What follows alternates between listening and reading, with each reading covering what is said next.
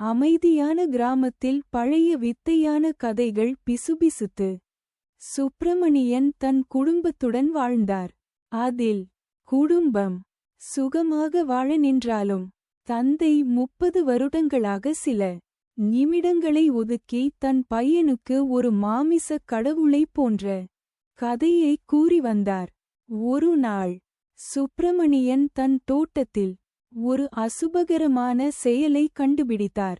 பழைய மரம் ஒன்றின் கீழ் ஒரு கோடாரியை கண்டார். அதன் மீது இரத்தத் துளிகள் இருந்தது. அவன் அதை எடுத்து வீட்டிற்கு கொண்டு வந்து தன் பையனிடம் காட்டினான்.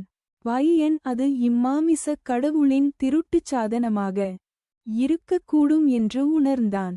அன்றிலிருந்து இருவரும் இரவில் அந்த மரத்தின் கீழ் விளையாடிச் சென்றனர். ஒரு நாள் இரவில் மாமிசக் கடவுள் நிஜமாக விரைந்து பையனின் முன்னோக்கியே தோன்றினான். அவனது அச்சு மாறியாக அவனுக்கு ஒரு நீண்ட கதையையும் மற்றவர்கள் பயம்பட வேண்டிய கதையையும் கூறினான். அதில் சுப்பிரமணியன் நெஞ்சிலும் தன்னம்பிக்கை, மகனும் தங்கள் கிராமத்தின் பாதுகாப்பாகவும் மாறினார்கள்.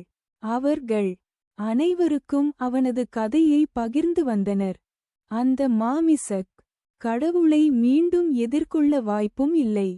இது சுப்பிரமணியன் மற்றும் அவனது மகனின் அழகான கதையாக மாறியது. அவர்கள் இருவரும் நல்ல கதைக்களத்தில் வாழ்ந்தனர்.